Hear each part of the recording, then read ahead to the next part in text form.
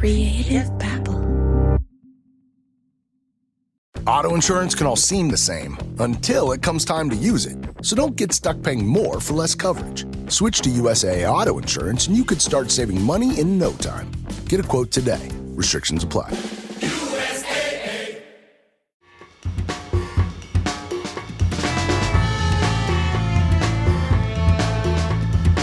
Welcome to the Posse Playbook.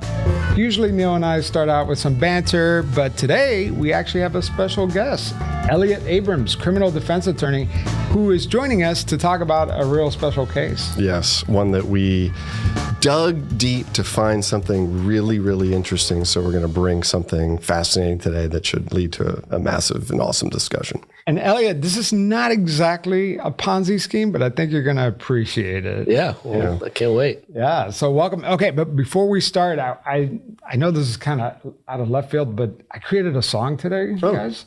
You created a song today? Yeah. You're a musician? Oh, man. Yeah, and I wanted to see if You're a you guys, podcaster. I mean, well, like, just okay. tell me what you think.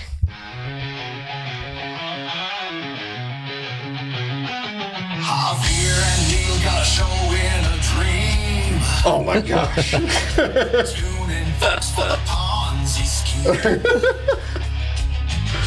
Talking scams that'll blow your mind. The common secrets they're gonna find. Oh, this is a hit. Yeah. Elliot Abrams in the guest seat. Look at this. Where the stories twist and plots get caught. All right, that's enough of that. That must have taken you forever. Yeah, it took me a total of 5 seconds, actually. 5 seconds? Yes. Okay, how the hell is that possible? Well, I went to an AI website that creates music for you, and this was my prompt. I kid you not. I host a podcast with Neil. My name's Javier Leyva, and today's guest is Elliot, and we host a podcast called The Ponzi Playbook, and that was it. And it generated multiple songs. Here's another one.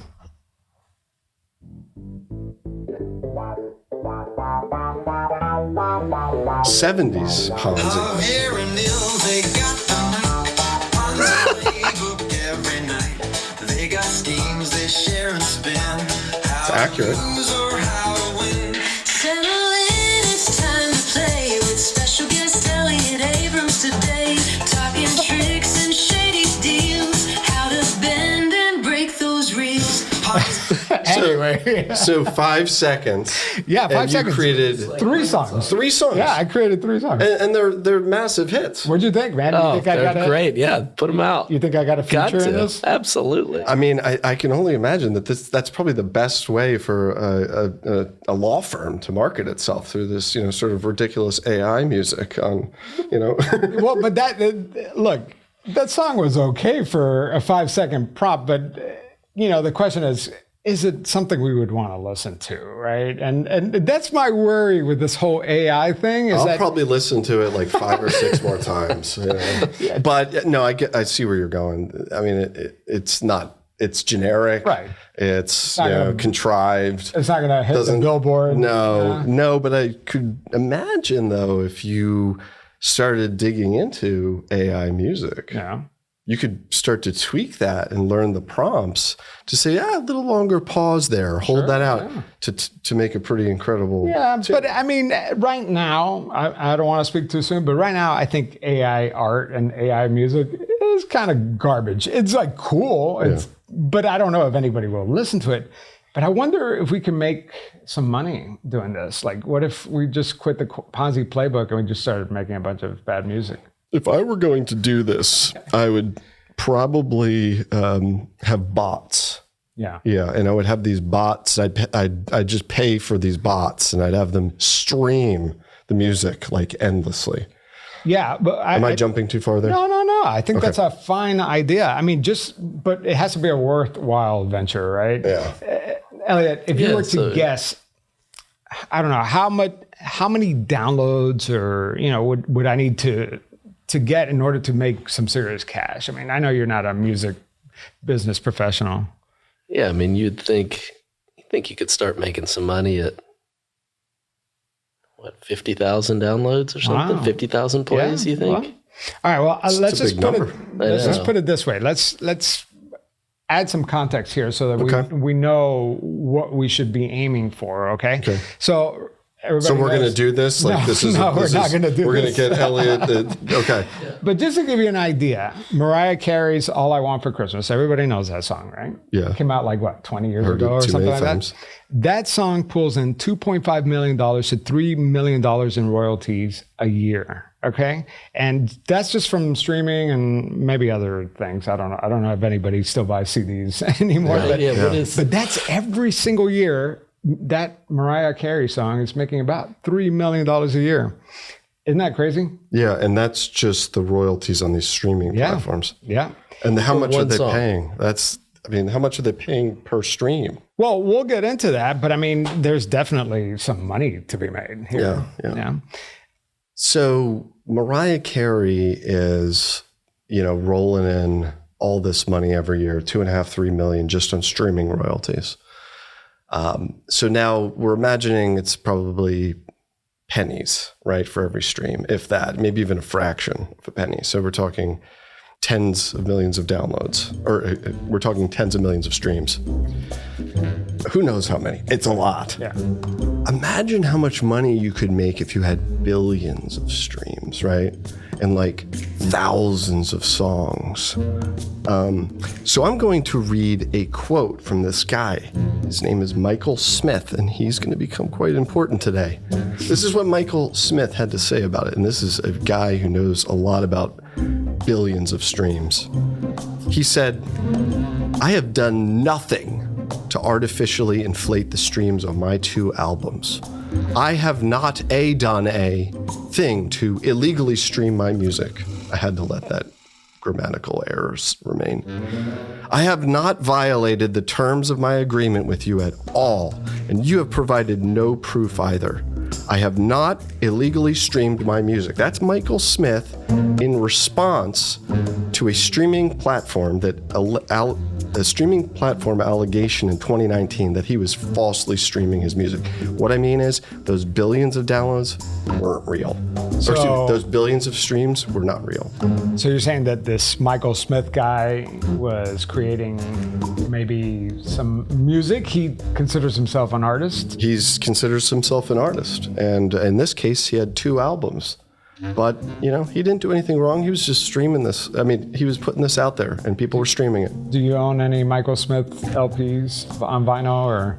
I'm not a Michael Smith aficionado. Yeah, Not yet. Maybe after this. I know. I'm gonna have to go on and He has a and very find some. generic name. Yeah, he does. And maybe that was his So challenge. he sounds pretty defensive about this. And I mean, maybe he has a point. I mean, the question is inherently, is AI music original work? I mean, I don't know. Like maybe what's he so upset about? Why is he being so defensive here? Yeah, he's saying I didn't artificially inflate anything on the basis of they're saying, well, you created AI generated music. This is what this music streaming platform is claiming.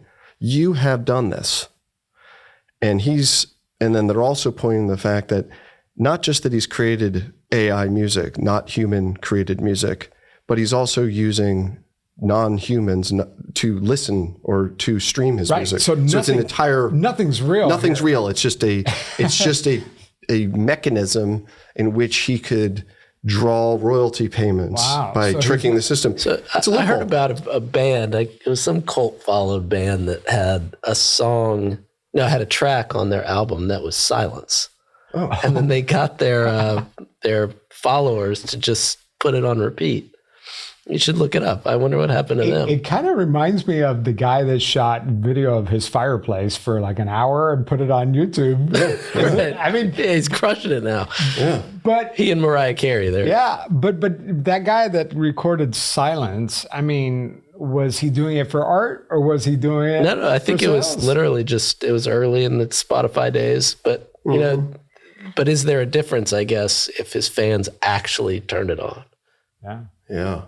Yeah. And how do you determine what is a human listener, right? I mean, there's a certain element to that. And Well, you what is listen to even Michael listening? Smith songs and they're so terrible that they can't really, that must be their has claim. to be better than mine. No one would listen. They're so horrible. Do you guys remember in Breaking Bad when Walt had so much cash and he needed Saul Goodman to launder his money. So he set up bots to. Do you remember this? I don't.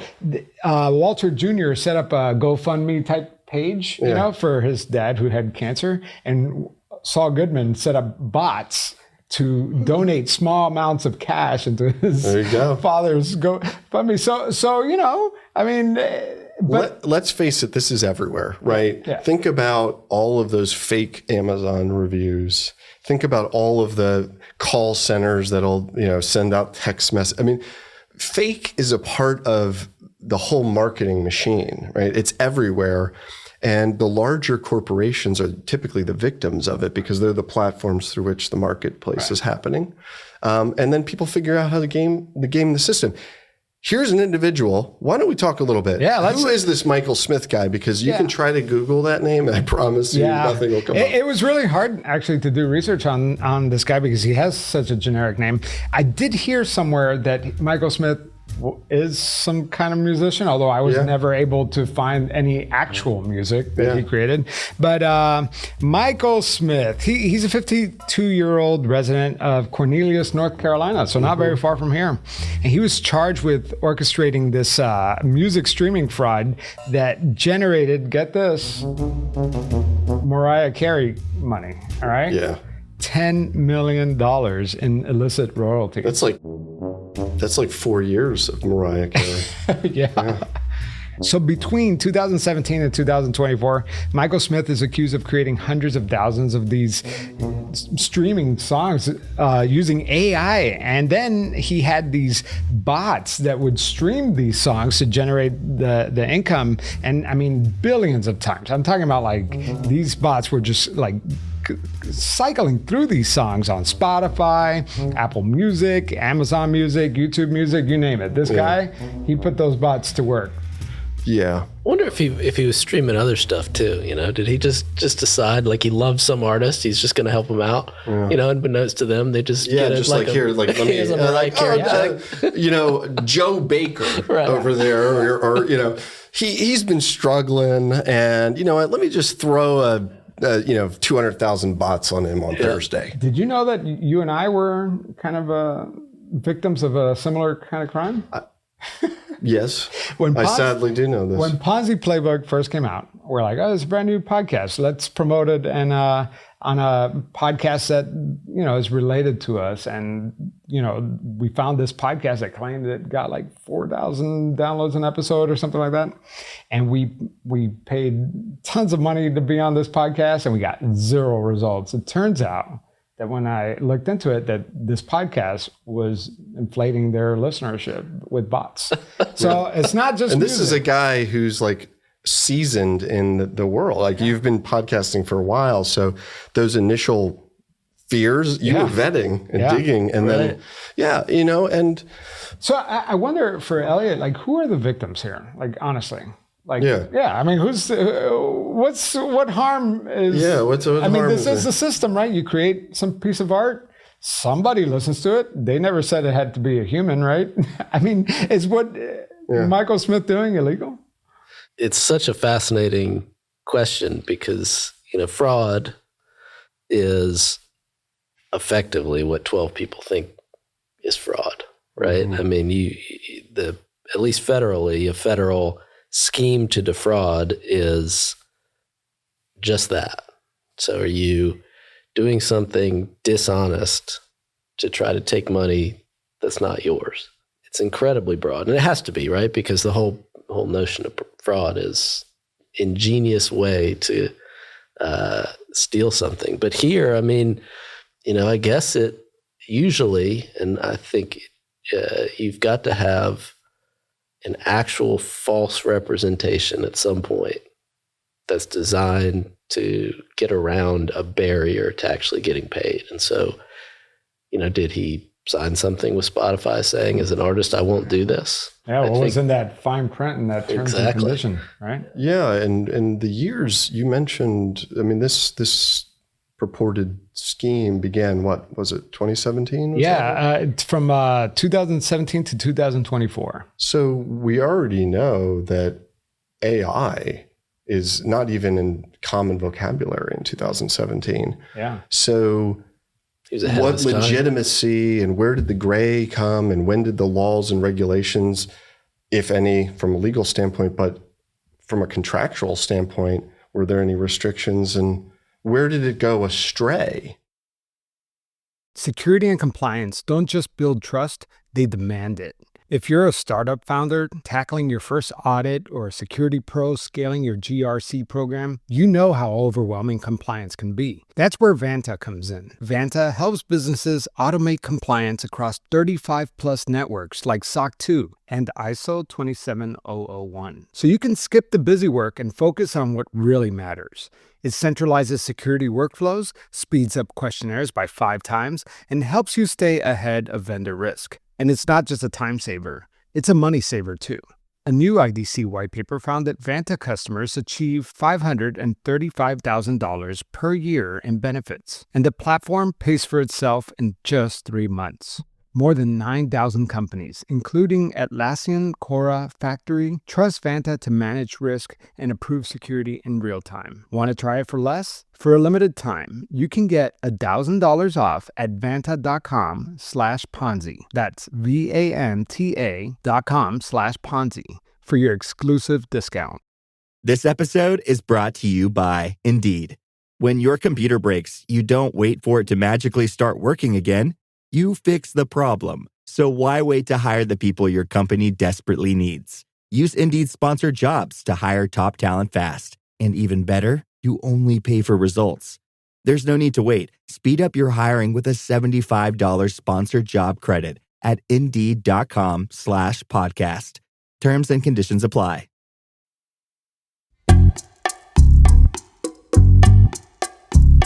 Really quickly, let's just hit what the heck happened here. Like there was an indictment, okay? It's in Tell New us- York, right? Yeah. So let's just hit really quickly what the points of the indictment are. And then I'd like to really just pass it over to Elliot to talk about, if you were on the defense side, what would you do? What are you thinking? What are the implications here? So Javier, can you share the indictment info? Yeah, so the indictment brought by the Southern District of New York included 2 counts of wire fraud and 1 count of money laundering conspiracy. Yeah. Which I had never heard of money laundering conspiracy. Yeah, and they allege that the victims here are the streaming platforms. Not only that, but Performance Rights Organization and the Mechanical Licensing Collective, which I've never I had heard to of. look that up, and apparently it's for streaming platforms to get access to large catalogs of music. That's what they oversee. But to me, I think the real victims are the other artists, right? Yeah. Because I've always wondered about this, and I mean, that's a whole other topic, but how do artists make money, right? And so we're not buying CDs anymore, so they're relying a lot on these streamers to, I imagine there's a pot of money, and this Michael Smith guy is taking a big chunk of that, him and Mariah Carey. Yeah. I mean, exactly. And it's so unfair because they keep pushing Mariah out there. But when you get down to it, that's right. It's a pie. Right. So it's not an infinite amount. It doesn't generate itself. The money is coming from subscriptions and advertise, whatever it might be, that's funneling in. It becomes a portion of that, and then it's allocated. So this isn't a huge indictment. I mean, it's at 3 counts.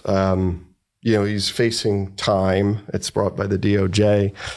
The FBI was involved. $10 million is nothing to sneeze at. Nothing to sneeze at. No, I mean, and these wire fraud's a max of 20 years. So it's got two counts of that. But anyway, looking at this, he goes to jail for a couple of years. I mean, something like that is where my head goes. But does he even belong in jail? What the heck is going on here, Elliot? Can you help this very complicated legal case clarify it for our listeners a little bit? Yeah, how would you represent? I can try. I mean, I think the point you made about when this occurred, what do we say, 2017 to 2019? Yeah. It's sort of a very technical question of was he not allowed to do this? Right? I mean, you could imagine, what is a I expect and hope that at least now they've got terms of service and other things that say if you're going to make money on our platform, you're not going to just buy a bunch of bots and listen to your own music and make some certification that you won't do that. But in 2017, 2018, 2019, I think it'd be really important to dive into that question because, so much of what people do in the world is try to figure out a way to find a loophole and make money with that. It doesn't seem like there's anything pro-social about putting out bad music and then using bots to stream it. So, to the extent that there is a pie and you're just taking a share you haven't earned, that sounds wrong. But, there's also nothing inherently harmful at face value about creating bad music with AI and then streaming it through bots. It's literally harming. It sounds like maybe at the time that was a loophole, right? Right. And then also authorship, right? And you wonder if you unravel to 2017, 2018, how much was he utilizing AI? AI hadn't advanced. It's been a significant advancement that we've seen in the last 2 years. He had long prompts, really long prompts. Yeah, really long prompts. He still had to hit a symbol every now and again. Well, and then also, we haven't even listened. There must have been thousands of songs, right? So how different were these songs? Did the prompt change by one word just to randomly generate? Like how different were these songs? At the end of the day, my thing with Michael Smith is that, maybe he found the loophole. But I don't think there's any art here. But that's the question, right? Is there any art or ownership in prompts making or prompt writing? That's a big question. That's a big question. What is art? Right. It's a philosophical question. And who knows? Maybe there's some bangers in here. Yeah, we probably do need to listen to it. You know what? The law of probability. I bet there are some. We're going to share for our listeners. We're going to find some of this, which has obviously been all taken out, but we're going to find it. Yeah. Because that's what we do. Yeah. But why find it when we just make our own? Yeah. Actually, we could probably put the prompt, create some old song that Michael Smith prompted. In the style of Michael Smith. Wouldn't it be a great irony if he just starts raking it in now? Because working Yeah, exactly. Yeah. But I'm sure you get these sort of vigilantes out there who are also well, what is human and what is, he's also playing this gray area. I think there's the piece about what is the creation of the art and the legitimacy of that. And then on the other side, the intentional creation of a system to artificially inflate streams. Yep. And that's a whole nother road, right? Because that's okay, you're not allowed to do that. Or are you? Was it in the contract? There's all this strange stuff. They're two kind of gray areas. Well, this is it kind of comes down to, absent the pie problem, right? If you had to pay for every stream, you can imagine a different subscription where the more you listen to, the more you pay, and then you don't have the pie problem. Yeah. Right. Then the harm is, it's gone, really. Right. And as long as the money keeps increasing. And so, but Spotify and these services, have created this system where some people listen to a lot, some people don't listen to much, but at the end of the day, there's a fixed amount that they're paying out. I think that when you can really articulate the harm, it'd be interesting to see if he's, it seems like you quoted from him. Maybe they've got a lot of information, his emails and stuff. I'd be curious to know if he articulated this himself. There's one line that stands out, and I'll point to another thing really quickly, but he said to one of the contracted AI music generating companies that he worked with, who are considered co-conspirators, according to this indictment. He said, quote, "We need to get a ton of songs fast to make this work around the anti-fraud policies these guys are all using now." So there's some interesting words there. I found this is in 2023. Using now, okay, so not using then. So something is evolving and around the anti-fraud policies, not contravening or going against, but again, that idea of navigating, and something is changing and evolving. So he's working with people, creating something that's working, putting the bot question to the side. There were probably legitimate streams too, right? This isn't all just bots. Yeah. Is that tainted money? I mean, there's all these other questions. How do you untangle that? How do you untangle that? The Economist just had a book review of someone who's looking at Spotify, and it's very critical. The book apparently is very critical of Spotify, but one of the allegations that the author makes in this book is that Spotify is paying for the creation of music that it can then own so that it can juice your playlist with money, with That sounds sexy. music that then they get to keep, right? Because it's a lot more profitable for Spotify if they actually own the copyright. That's interesting. So they got to be careful. You know, they're writing these same policies, but they're also writing them so that they can pocket as much money as possible, which apparently includes them. Sounds like a class paying action for lawsuit. artists. Anyway. Right. So, and really, it sounds like the victims are the artists who Really deep down, like if you get to the crux of it, right? Yeah. Is those who are genuinely creating, whether they're using AI to a certain degree or not, but the artistic element is strong, right? It's truly about the art.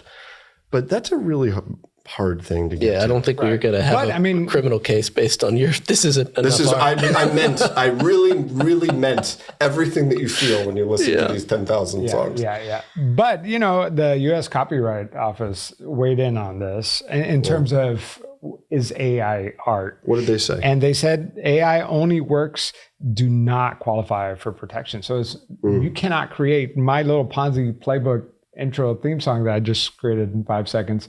I can't protect that. So then I asked the U.S. Copyright Office, I had a prompt. To what degree is my prompt human creation and how much percentage? Maybe the prompt to get the knowledge to create that prompt is harder to acquire than the writing of the prompt, right? Right. So that's your authorship right there. Yeah.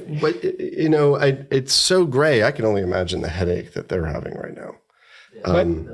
But I just wonder, how is Michael covering his tracks? I was trying to come up with a pun. Michael Smith. Oh, I love you. We're really bad really with the good. puns. I love you. Yeah. I love it. Yeah. I love you. But I mean, how did this come to a head? Actually, you know what? We should talk about that after the break. After the break.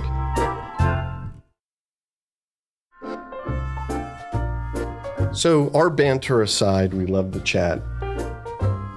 I want to get into the nitty gritty of what it's like in this case. If you were the criminal defense attorney, Michael Smith has hired you.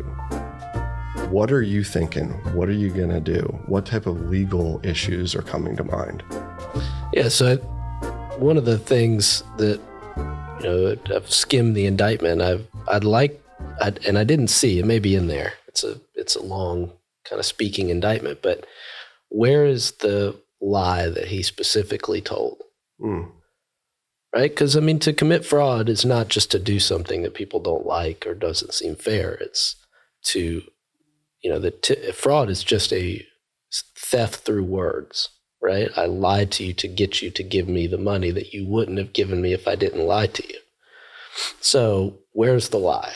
That's always really the fundamental question of, did they even plausibly commit fraud? Mm-hmm. And then if they told a lie, then the question is, did they tell it with intent to defraud? You don't intend to defraud if, for example, you didn't know you were lying, right? Saying something that's untrue that you believe to be true is not. You need to look specifically at what he said to whomever it is that paid him that wasn't true, not just after the fact, right? Mm-hmm. But during the scheme. And then there's a fascinating issue about, and there's differences around the country about this, but does the same person that you got money from have to be the person that you lied to? So if I lied to, there's a great case involving, I wish I could remember the school, but some school was lying to U.S. News and World Report to juice its rankings. And the dean was convicted of fraud, and the victims ultimately were the students. And there was this really interesting debate about that issue. So the analogy here, the students are the listeners, right? Like the people consuming the music. And they're just paying a fixed fee, and they have an infinite access to that. They could listen from the month's beginning of payment nonstop to the end That's the full amount of time that they could listen to music, right? For that contractual period. What the heck do they care? Whether, I mean, the people with the money is a separate issue. Right. It And lives so in its own bucket. It may have to be the artists, right? The other artists. Because of the pie. You know, I mean, you're taking a share that doesn't belong to you through some misrepresentation, but you've not lied to the other artists. Right. So, you know, depending on where you are and, you know, if you have to lie to the person you steal from to have it be fraud or not is an important question. And then did you actually lie, or did they just have terms of service that didn't actually prevent this? So, you know, I think looking at those two things would be at least a starting place. Well, I was just wondering too, is it entirely pro rata, right? If there's $1,000 and 10 streams, right? You know, everybody gets $100. Is that how it works? Or is it a set pool, you know, of money? And then, you know, I guess I'm trying to figure out is what's the money damage relative to how it's distributed, because presumably Spotify didn't make less money. Right? They didn't make I mean, maybe they did. I don't know. That'd be an interesting question. Did Spotify actually lose any money, or the only? Well, I think that we're getting into a territory that's probably unfamiliar to all of us, because it's the music distribution model, right? And there's more players than just the streamers that need to get paid, right? So there's like the labels and all this stuff, and we're getting into like really complex area. But I think that as it relates to this show, you know, this is called the Ponzi playbook. This is not really a Ponzi scheme. No, it's not. But it has a lot of Ponzi-like. I feel like the boiler room going on, you know, of all his bots. I mean, it is. I mean, I kept thinking about that. I was like, you know, it's got a pyramid shape, right? I mean, it's kind of got its top, and it's got to keep getting bigger at the bottom. Right. So what are some other ways you think? I don't know. I mean, Ponzi? just flesh out that idea a little bit, because it just seems like he is stealing from somebody to kind of, I don't know, there's something there. Yeah. And then the bots are kind of like the sales agents, right? You're compensating the bot, and the bot is going out and promoting it, you know, getting more. And then the investor that the bot sold it to is the person with the money. Yeah, which is kind of nebulous. So that's these different organizations that. But really, at the essence, you're saying the artist, right? But it's still it really wasn't the artist's money in the first place. Well, and who's to say they would even stream their music anyway? Right. I mean, it's a fascinating analogy, because you imagine Michael Smith on his computer just laughing, you know, he's making 1,000 songs in 5 minutes. He puts them online and he goes $10 million. Yeah. But usually these artists that slave away for, you know, you figured it out. Yeah. Well, he was a starving artist probably, you know, and it's like, he's like, but I'm smart. Well, and here's another analogy. So usually Ponzi schemers party like a rock star. Michael Smith is prompting like a rock star. We don't really know if he's driving the Lambo or what. But if you're going to do a Ponzi scheme and you're going to be a rock star, I mean, the Venn diagram there, you gotta drive a Lambo. He's got to drive that's very, very high on the Ponzi scheme. I'll tell you, you laugh about it, but it's a big deal. And you're sitting there, someone comes in, they're charged with some sort of fraud. You're like, all right, what are you driving? What are you driving? So is that just can we just cut to the chase and just arrest everybody with a Lambo? I mean, there is something, you can, when I see a Lambo pass me, I'm usually like, let me just get that name so I can look up their LLCs, you know? and I do an eye roll whenever I see the Cybertruck. I'm like, oh my gosh, like, geez. You can't really tell a person's personality that much by what they drive, but there are certain vehicles that you're just like, and Lambos Lambos up there. But we don't know. And do we know the outcome of this case? No, it's fresh. This is really fresh. We've got 3 counts, right? Yep. If you're defending, and you have 3 counts, 2 wire fraud and this 1 money laundering conspiracy, but you're in uncharted territory. This is like maybe some precedent setting stuff here. Do you charge forward with a lot? Because it seems like the door is open. with potential defenses? Or do you say, I think we can chisel that back because it's not a lot of charge? What are you kind of thinking in terms of your advice for a client? So in federal court, you can be charged with one crime or 20. The sentencing is usually going to be the same. And so it's this fascinating thing to explain to clients. Like, look, we could beat 99 out of 100 charges and you'll be in the same place. Yeah. It's hard to wrap your mind around that. If we don't win everything, then, and that's not always true. I mean, if you look at these, there's 3 counts that have a maximum of 20 years each. Yeah.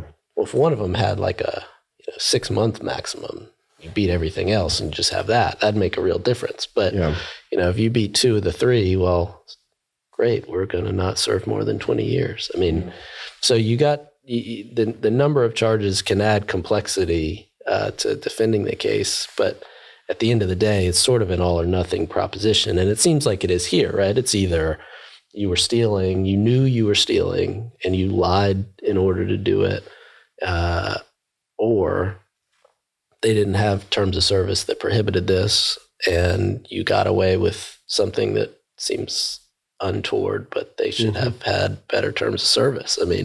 I think that's how you end this episode, because it really is left up to the courts, and it would be really interesting. We should follow up on this one. I think we should, and just to see what kind of what precedent is established, or I wouldn't even call it precedent. Just what happens in this case. Well, because it'll have implications for music, for art. For movies. There are AI software. Well, what if we had a room full of people and we paid them to actually listen to it? Right. Not bots, but real people. Now we paid them. Right. How does all this, and where is the line between just violating terms of service and committing fraud? That is a great question, because there are folks who get paid to purchase Amazon items and write reviews. They are real people who purchase the items. They are then paid back in full for the purchase and then compensated. They're called influencers. Influencers, right? But they're literally going out and buying, some broom. Right. Right? And it's then they write a positive review. Or they just write the truth, but they're getting incentivized. The whole thing is, Elliot, and I hate to tell you this, but all of our listeners at the Ponzi Playbook are bots. We have. I think there's 2 listeners. But we listen. I don't listen. So, unfortunately, all of this was really just We'll have to be really careful. I don't want to offend any bots out there. Oh, but Man, thank you so Absolutely. much This for has being been great. our first in-person guest on the show. Yeah. We've had guests before, but we've never done this before. If I'm facing some charges, I'm calling this guy. Definitely. So thank you so much. Absolutely. And Neil, can you maybe leave us with some words of wisdom? I'd say that whatever you do, don't start a Ponzi scheme.